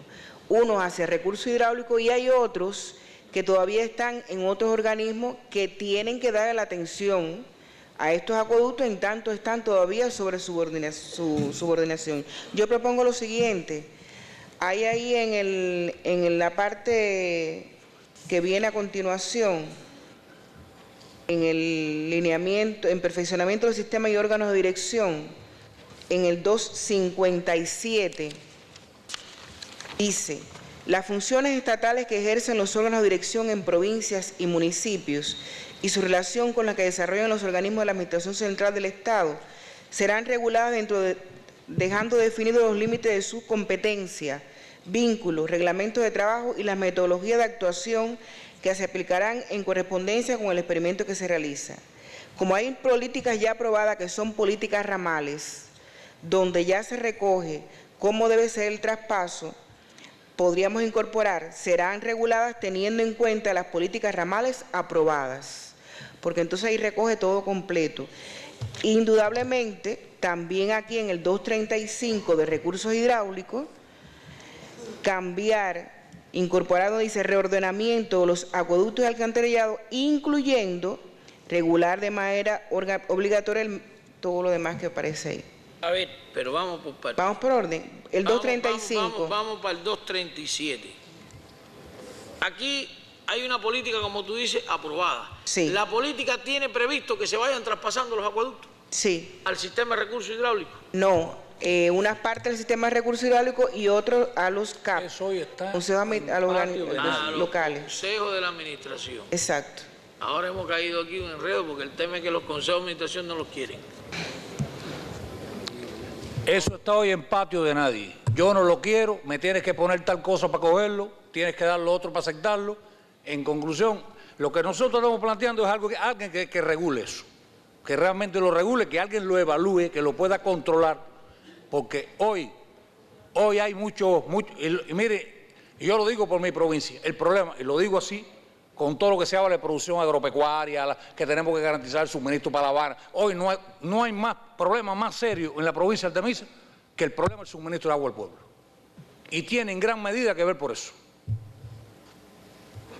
Vicepresidente, propongo el 235. Vamos a ir por orden. Primero, 235. Sí, léelo. Implementar el reordenamiento de los acueductos y alcantarillados, incluyendo las tarifas de servicio. Ve lo que agregué. El reordenamiento de los acueductos y alcantarillados, incluyendo las tarifas de servicio y regular de manera obligatoria todo lo demás que aparece a continuación. Porque en este reordenamiento, entonces se incluye aquellos que no pertenecen o son administrados por recursos hidráulicos y el del resto de los organismos. Y en ese ahora, implementar el reordenamiento de acueductos y alcantarillados. De los acueductos y alcantarillados, incluyendo y todo lo demás. Espérate. Sí. Sí. Aquí en el incluyendo. Nada más ¿De qué está hablando, Mercedes? Incluyendo el traspaso de los acueductos. Sí, es. No, pero ella dice que no todos van. Pero bueno, van un reordenamiento. Pero bueno, dice implementar el reordenamiento de los acueductos y alcantarillados, y en esa implementación del reordenamiento se definirá cuál va y cuál no va. ¿No, Inés? Hablo de todos los acueductos y alcantarillados. Bueno, correcto. Implementar el reordenamiento de los acueductos y alcantarillados, porque son todos son acueductos y alcantarillados, donde quiera que estén. Estos lineamientos que dice aquí, recursos hidráulicos, no son solamente para recursos hidráulicos, es para todo lo que es la gestión integrada del agua en el país. Por tanto, una vez que se aprueben, es de estricto cumplimiento para todos los organismos. Por eso digo, acueductos y alcantarillados, todos. Me pasa, Inés, que en esto yo comparto algo que también Pero mira. Valeriano fue. Y Marino hizo un Está comentario. hablando Mercedes. Sí, pero no enciende. Hizo un comentario leve. Marino hizo un comentario al respecto, ¿no? No se oye. Es que no enciende, compañero. Voy a proyectar la voz. A cantar. Bueno, que yo explicaba, Inés. Sí. En el caso del traspaso, hay una parte que deben traspasar, según lo que está en la política, al Instituto de Recursos Hidráulicos y otra parte a los consejos de administración. El comentario que hacía Marino sobre determinada resistencia a partir de la capacidad que tienen los consejos de administración es cierto. Y esto ha ido también enlenteciendo el traspaso en algunos lugares, entre ellos el caso de Artemisa. ¿No es así, el secretario? Yo creo que debemos, piénsalo, pero dejarlo incluso más explícito. Cuando dices el reordenamiento, yo propondría, incluyendo el traspaso al organismo rector, si es a ustedes, y si no fueran todos ustedes, especificar a los que van a tener la obligación. Pero yo en un consejo de administración, de todas formas, tendría que haber una empresa que preste ese servicio. Y aunque se subordine al consejo de administración, tiene que ser una empresa que preste ese servicio, porque como órgano el consejo de administración no preste servicio. ¿Me entiendes? Quizás al instituto y a las empresas que tienen que prestar ese servicio. Permiso, vicepresidente.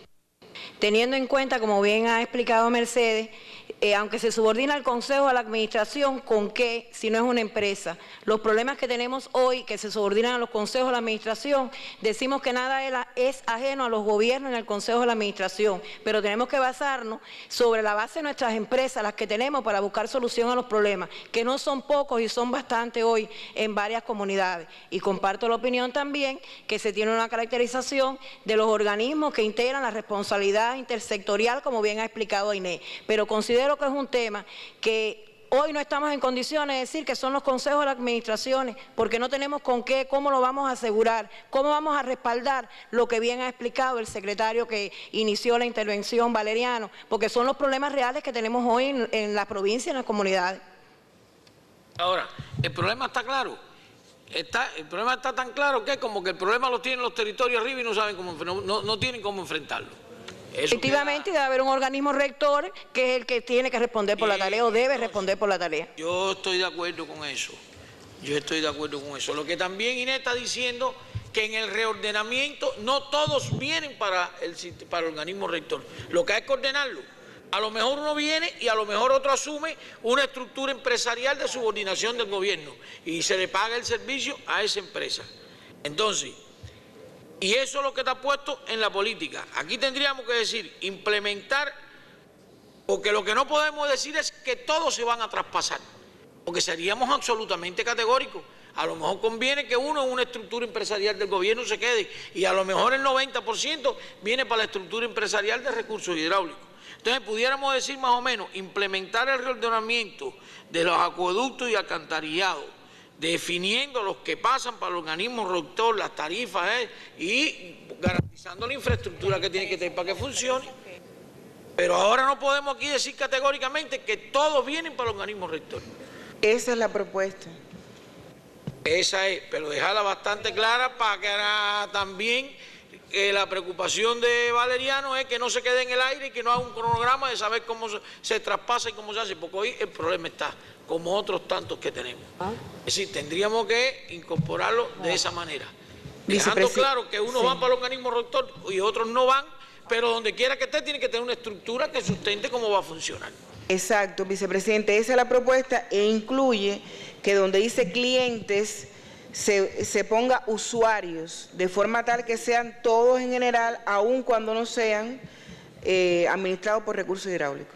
Yo creo que si cambiamos el 235 de la forma que estamos diciendo, se resuelven las dos partes. Era para confirmar lo que venía diciendo el compañero de Mayabeque, porque nosotros tenemos esa misma situación en el territorio, que tenemos el pozo de la población dentro de la industria y somos los encargados incluso hasta de comprar el cloro para poder clorificar el agua, y entonces es una situación bastante engorrosa que tenemos allí. Entonces ya se queda definido a quién se le puede hacer el traspaso, porque de hecho nos exigen también que tenemos que buscar el lugar y hacer el pozo de la población, que corre riesgo también de que eso lo debe de pagar la industria. Entonces, si está definido así, de cuál va incluso para los consejos de administración y cuál va para acueducto, pues bueno, creo que entonces quedamos claros con la situación. Tampoco, le voy a dar mi opinión, tampoco podemos ser agregados tan categóricos que el pozo se va. A lo mejor una organización empresarial tiene un pozo y alguien desde un presupuesto le paga el servicio, porque lo más económico es que se quede ahí y no traer otro que se meta en ese pedazo. Todas las variables hay que estudiarlas. Hay que estudiarlas. Todas las variables hay que estudiarlas. Vicepresidente, para no alargar mucho, en el perfeccionamiento que se presentó, que todavía no está aprobado, están las distintas variantes que incluye esto que está en la Política Nacional del Agua. Una vez que esté aprobado y que esté estructurado todo, como mismo se ha ido transitando en el resto, se hará una política comunicacional, se incluye entre la política comunicacional que tenemos y de información, para que todos los conozcan. Y se va a hacer de esa forma, paulatinamente, este ordenamiento. No va a quedar nada desprovisto, incluso todos los recursos que se están importando hoy y que se están fortaleciendo los acueductos para que queden en cada uno de los lugares con la fortaleza que debe tener el acueducto para tratar y hacer la gestión integrada del agua. Yo creo que con esto que estamos aclarando en todo ordenamiento lo recoge todo y podemos, si están de acuerdo, someterlo entonces. Yo creo que tenemos que cambiar la redacción del 235 para que quede un poquito más preciso cómo va a ser el proceso, y con la implementación de la política se resuelve el problema. Los que estén de acuerdo en las modificaciones que haya que hacerle al 235, priorizando, precisando qué va a ocurrir, por favor que lo expresen levantando la mano. Alguien en contra, alguien se abstiene, avanzamos. Política para el comercio, aquí mismo, allá atrás, por favor. Mi propuesta es en esa misma página, en el 236, agregar ahí, garantizar el acceso sistemático al agua potable con calidad a partir de la materialización de las inversiones para dar respuesta a las necesidades del consumo de la población.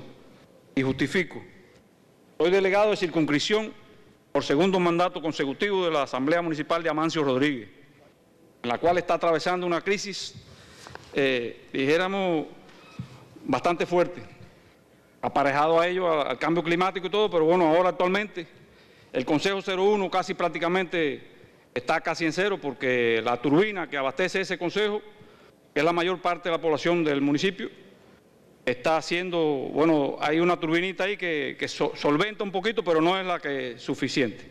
Aparejado a ello, las dos pipas con que cuenta el Instituto de Recursos Hidráulicos allí, no satisface a la población.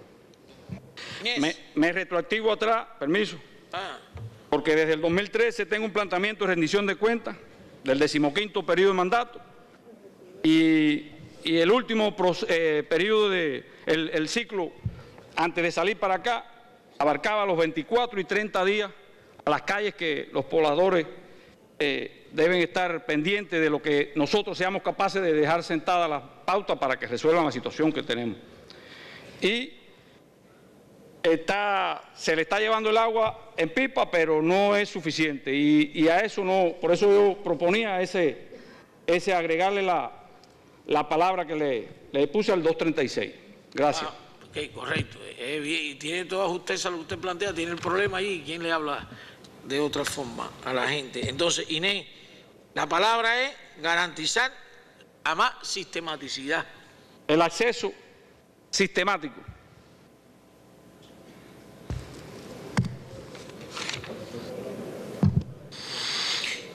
Inés, ¿qué tú opinas?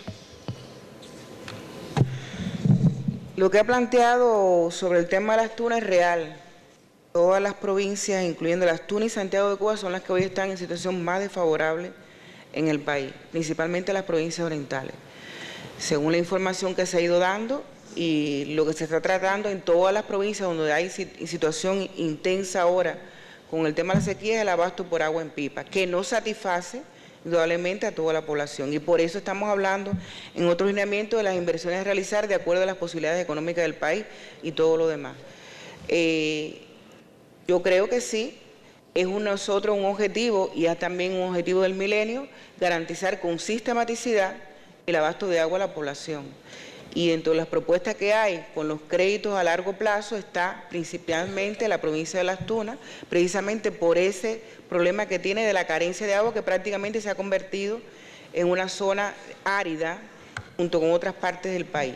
Y con los problemas también que tienen los equipos de bombeo en el país, que hoy está en un sistema de importación bastante elevado, con más de 900 equipos de bombeo a restablecer en todo el país con los créditos a largo plazo. Estamos de acuerdo y es un objetivo que tenemos que garantizar sistemáticamente el abasto de agua a la población. Yo creo que tendríamos que también ponerlo asociado de acuerdo a las posibilidades que vaya teniendo la economía, como dijo Inés, porque este es un tema bastante complicado. Entonces, incorporando eso que yo acabo de decir, y se lo sumaríamos a la propuesta del delegado los que estén de acuerdo con la modificación del 236, que lo expresen levantando la mano. ¿Alguien en contra? ¿Alguien se abstiene? Aprobado. Adelante. Bueno, quería referirme al párrafo 233. Primero quería hacer una pregunta, si en estos momentos está en proyecto alguna norma jurídica en relación con el agua. Primeramente, para, bueno, aclararme de ahí nutrirme. No sé, Inés. Sí, sí. Ya está elaborado y en proceso de revisión la ley del agua en Cuba. Y abarca todo lo relacionado con las normas jurídicas en la gestión integral del agua. Bueno, quería referirme, bueno, ya que tengo la aclaración, al tema del comportamiento de los escurrimientos. Por eso de los escurrimientos. Ya.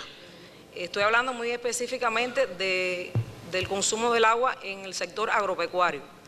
En este caso, bueno, represento el arroz, que es uno de los cultivos que más consume este preciado líquido, y por eso tengo la preocupación de cómo se le da tratamiento en la ley. De hecho, está en proyecto, por eso quizá estamos a tiempo, ¿no?, de hacer esta acotación en el tema del impacto que está teniendo el cambio climático en el tema escurrimiento, porque las estaciones ya no se comportan quizás de la manera como están concebidas, ¿no?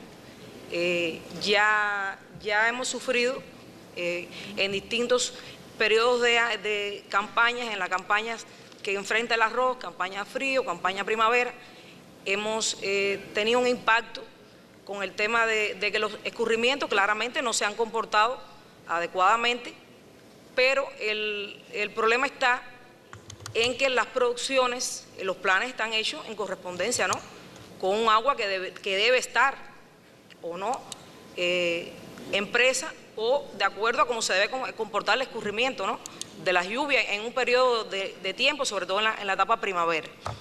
La situación muy puntual que ha sucedido es que en la etapa que ya corresponde la preparación de los suelos, en la etapa, sobre todo en los arroceros, está muy acá, o sea, hasta el 30 de abril, y quedan concluidas todas las labores en la preparación de suelo, y posteriormente es que se comienza en el consumo del agua, se comienza a utilizar el preciado líquido y no está.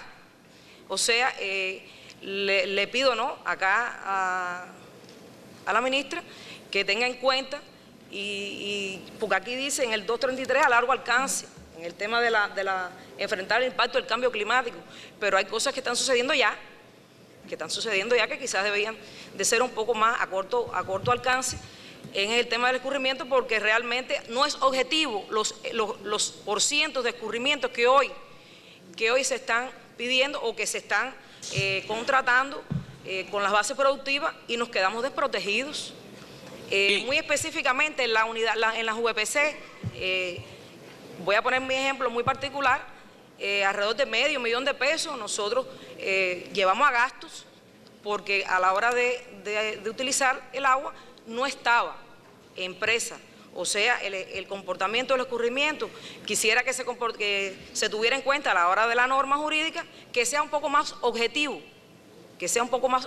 ir a lo más objetivo, de acuerdo a ese comportamiento que está teniendo el cambio climático, que los efectos son, por supuesto, están ahí presentes. Esa es mi intervención, por ahí se basa, que quizás es para nutrir quizás un poco la norma que hoy está en proceso, pero me parece que en el 233 se queda muy lejos de lo que realmente hoy estamos necesitando acá los productores, que es tener un poco más de garantía sobre ese líquido. A ver, déjame Marino. darte... Marino. Sí, ¿quién pidió la palabra? Gustavo. ¿Quién? Gustavo. Gustavo, está Gustavo ahí, el ministro. Adelante, Gustavo. Gustavo, invitado. Para responder un poquito a la compañera y no se vaya con la duda, antes de la norma jurídica que como dice Inés, se está trabajando para el plan 2017, puesto de acuerdo con el Ministerio de Economía y Planificación y Recursos Hidráulicos, hemos adoptado 3 medidas que minimizan el problema. En primer lugar, cambiamos la forma de medir el agua, en vez de metros cúbicos por hectárea, pasar a una norma de consumo de agua por kilogramo de arroz, que estamos alrededor de 7 metros cúbicos por kilogramo de arroz. Segunda medida, nosotros veníamos cerrando para elaborar el plan de la economía, la norma de agua que vamos a tener para las distintas campañas, noviembre, finales de diciembre. Este año estamos ajustando, tratar de cerrar eso para tener más seguridad en el mes de septiembre. Y lo tercero, como la campaña de frío del arroz es la que más rendimiento tiene y más producción debe tener, vamos a trabajar a partir del 2017 tratando de conservar el agua que va a estar embalsada y segura para respaldar las campañas de frío del arroz. Repito, son medidas ya para el año 2017, independientemente de la aprobación de la norma jurídica, para dar respuesta a lo que dice la compañera, de que no se monten planes de siembra del arroz sin tener un respaldo objetivo del agua que está embalsada. No, lo que quería agregar es que en el lineamiento anterior a lo que ella se refiere, se habla del balance de agua como indicador de la economía. Y todo se basa precisamente en el balance de agua de forma inmediata. El segundo es a largo alcance, pero el primero es balance de agua como indicador de la economía, que es lo que permite organizarlo de forma directa, como está explicando el ministro de Agricultura. Adelante, por favor. Bueno, ahí considero que en el lineamiento 232 se debe incluir la productividad del agua, no como un instrumento de planificación, sino de evaluación. ¿Por qué digo eso? La productividad del agua se obtiene al final de cada proceso ya sea productivo u otro tipo de proceso, o sea que es un resultado. Por lo que considero, y valga la redundancia, que este indicador de un año, de varios años, debe tenerse en cuenta para planificar el próximo año o los próximos años, ¿no? Y así, una vez establecida esa productividad, sean entonces los usuarios los encargados de manejarla atendiendo a las necesidades en función de lograr una mejor eficiencia de la misma. O sea, esto también forma parte de la separación que, bueno, se hablaba en la mañana hoy de las funciones estatales, de las empresariales, o sea, que el Estado traza la política, que en este caso es medible, y los usuarios, empresas, centros, etcétera, adopten las medidas para su cumplimiento. En resumen, lo que quiero expresar es que la productividad, repito, debe ser analizada al finalizar cada proceso y no considerarse como un elemento evaluativo. Como instrumento evaluativo podemos utilizar las normas de consumo y utilizarlas por las etapas, o sea que nos da la posibilidad de utilizarlas, no sé, una vez al mes, de una forma más seguida. O sea que como Estado, el Estado lo que necesita es producir más por cada hectómetro cúbico de agua. ¿Y cómo hacerlo? Eso le corresponde a los usuarios. Por tanto, nuestra propuesta con el lineamiento 232 es que diga consolidar el balance de agua y su productividad como elementos de la planificación e instrumentar la evaluación sistemática de su uso, según las normas establecidas. Muchas gracias. Lo que pasa, a ver, no sé, Inés, era el especialista. Lo que pasa es que a este lineamiento hace referencia a que nosotros también, para poder planificar como Estado, tenemos que instrumentar esta evaluación de la eficiencia. No solamente tiene que ver con los que consumen el agua, sino con los que planificamos para poder entregar el agua de acuerdo a los consumos. Es lo que hace referencia al lineamiento. No está en desacuerdo con que los que utilizan el agua, los usuarios, lo puedan utilizar incluso para medir su eficiencia, que es lo que habla aquí el lineamiento. Es que no está en las dos partes, sino en la parte del Estado, de la oferta y en la parte de la demanda. Esta está en la parte de la oferta. Los ofertantes tienen que tener en cuenta la productividad del agua para entregar. Es la obligación que tenemos nosotros como Estado. Está visto como categoría macroeconómica, no en el término del índice sin consumo de la microeconomía. Por eso es que está puesto así. De todas formas, hace como 4 o 5 años no hacíamos balance de agua como categoría económica del plan. Eso lo hemos incorporado en los últimos tiempos. Yo creo que como categoría macro así se puede quedar bien y no choca, porque, a ver, en un balance está el que oferta y está el que demanda. Y aquí estamos diciendo considerar el balance de agua como instrumento de planificación para el que oferta. Porque además no va a haber más agua que la que hay. Sí, el problema es que hay que prepararse para enfrentar los cambios climáticos. Lo que no podemos es inventar agua, aunque se puede desalinizar agua y toda esa historia, pero aquí lo racional es usar eficientemente el agua que tenemos. Entonces, no sé, Inés, si tú propones que se mantenga como está. Yo propongo que en este caso, porque además estamos dando paso, hace varios años, como usted explica, estamos haciendo balance de agua, pero nunca lo utilizamos como indicador de la economía, ni tampoco lo utilizamos para medir la eficiencia en la productividad. Es lo que vamos a integrar ahora en este proceso de los 5 años. Entonces, tú propones que se mantenga como mantengan como está. Aprovechar la oportunidad para esclarecer un poco lo que se ha hecho como política comunicacional, que es el tema del déficit de agua que tenemos en el país, que paulatinamente ha ido bajando. Y hay un estudio, para explicar a la compañera, un estudio de la incidencia del agua en el país y por qué estamos utilizando ya las plantas desalinizadoras en muchos lugares, por la carencia de agua. Hay que buscar fuentes adicionales. Hay que buscar fuentes adicionales. Bueno, los delegados que propongan que se mantengan como está a partir de la explicación que da la compañera Inés. ¿Alguien en contra? ¿Alguien se abstiene? Lo aprobamos. Pero el tema es el siguiente, compañero. En el 6º Congreso del Partido se aprobó una resolución referente al perfeccionamiento de los órganos del Poder Popular. A partir de ahí, la dirección de la Asamblea Nacional, en coordinación con las asambleas provinciales y municipales y luego de un amplio debate con los delegados municipales en la anterior legislatura, ha elaborado un programa de perfeccionamiento del trabajo del Poder Popular que se viene desarrollando y que tiene como objetivo fundamental fortalecer el papel del delegado, fortalecer el papel del Consejo Popular, fortalecer las asambleas municipales en aras de lograr una efectiva participación del pueblo y además una mayor vinculación con el mismo. En razón a esto es que estoy proponiendo, para ser muy breve y muy concreto, incorporar un lineamiento que exprese continuar desarrollando, y hago énfasis en esta palabra, continuar, que es mucho lo que nos queda por trabajar, continuar desarrollando el perfeccionamiento de los órganos del Poder Popular como vía idónea para consolidar nuestra democracia socialista. Es todo.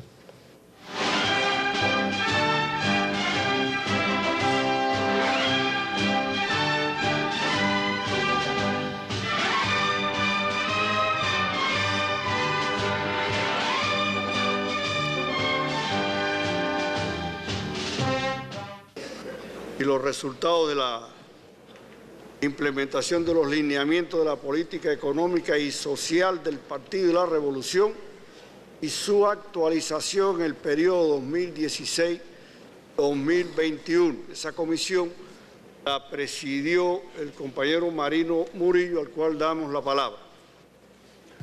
Compañero Murillo, aclaro, debe de hacer alguna, aclaraciones para facilitar la comprensión tanto de la resolución como del trabajo de la comisión. Marino. La comisión que analizó el documento, proyecto de informe sobre los resultados de la implementación de los lineamientos de la política económica y social del Partido y la Revolución, aprobados en el 6º Congreso del Partido y su actualización, para el periodo 2016-2021, sesionó los días 16 y 17 de abril de 2016. Participaron 424 compañeros, de ellos 312 delegados y 102 invitados. Se realizaron 116 intervenciones, de ellos 92 por los delegados y 24 por los invitados. Las intervenciones realizadas generaron 52 propuestas, de las cuales fueron aprobadas por los delegados 37 y no se aprobaron 15. Se sometieron a votación todas las propuestas de los delegados y los invitados. Los temas más debatidos fueron lo relacionado con la política agroindustrial, la ciencia, la tecnología, innovación y medio ambiente y la política de los recursos hidráulicos. Como ustedes tienen los documentos sobre lo discutido y las modificaciones realizadas al informe sobre la implementación de los lineamientos, sufrieron pequeños cambios asociados a ratificar criterios, a hacer precisiones y sobre todo a ponerlos absolutamente en línea con el informe central del primer secretario. No creo necesario referirme detalladamente a ese informe, que además ustedes los tienen.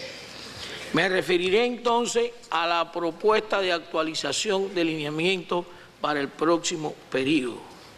A un grupo de lineamientos se le hicieron modificaciones, también con el objetivo de dejar las cosas más claras, más precisas e incorporar proyecciones y que dimanaban del propio informe central al Congreso. Les propongo entonces referirme a 6 nuevos lineamientos que se propusieron en la comisión. Y están en la página 15 del documento que ustedes tienen, un lineamiento, que no lo voy a leer textualmente, relacionado con continuar fortaleciendo la contabilidad como herramienta de registro y oportuna para la toma de decisiones. En la página 21 se incorpora un nuevo lineamiento relacionado con potenciar el papel de la inversión extranjera directa en la introducción en el país de tecnología avanzada y parques tecnológicos, que se toma de uno de los objetivos del Plan de Desarrollo a Largo Plazo y se pidió que tuviera expresión en los lineamientos y se pone en concordancia con el Plan de Desarrollo. En la página 3 se propone un lineamiento relacionado con implantar una política que está en proceso de aprobación sobre el desarrollo del cine cubano en el grupo de los lineamientos asociados a la cultura. En la página 22, mejor dicho, me equivoqué. Dije 3 porque es el número 3 nuevo que se incorpora. 22. Página 22. En la página 33 se incorpora un lineamiento que es en la actividad del turismo vinculado a velar porque las expresiones artísticas vinculadas a las actividades turísticas expresen fielmente la política trazada por la Revolución Cubana, se refiere a la política cultural. En la página 39 se propone y está la redacción de un nuevo lineamiento que estaba unido con el anterior a ese, y la propuesta aquí es separarlo para ratificar la idea expresada en el informe central sobre la necesidad de perfeccionar y garantizar un programa de capacitación integral a todas las personas, directivos, trabajadores que participan en la implementación de los lineamientos. Y en la página 41 se propone un nuevo lineamiento vinculado con continuar el perfeccionamiento de los órganos del poder popular como vía para consolidar nuestra democracia socialista. Esos son los 6 nuevos lineamientos que se proponen. Con esos 6 nuevos lineamientos tendríamos para el próximo periodo de trabajo 274 estructurados en 13 capítulos para el periodo 2016-2021. Si algún compañero tiene la opinión, cedo la palabra al compañero Fernando Lavín para que dé lectura a la resolución que emana de esta comisión. Proyecto de resolución sobre los resultados de la implementación de los lineamientos de la política económica y social del Partido y la Revolución aprobados en el 6º Congreso y su actualización para el periodo 2016-2021.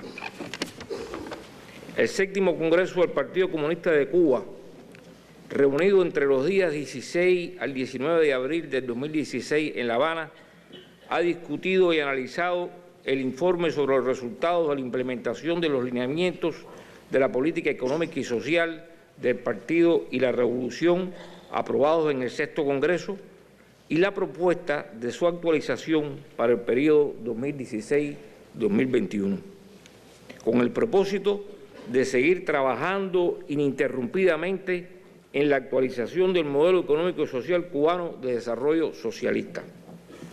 El informe pone de manifiesto la complejidad del trabajo, los principales resultados alcanzados y las deficiencias fundamentales afrontadas.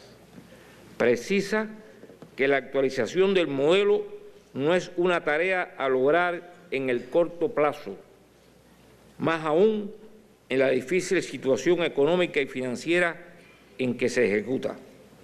También destaca las insuficiencias presentes en la capacitación y preparación de los cuadros y funcionarios para dirigir y cumplir a cabalidad las políticas aprobadas, así como en el desarrollo de la comunicación pública encaminada a explicar las políticas que se aprueben, esclarecer las dudas, contribuir a la participación activa de la población y lograr la retroalimentación necesaria.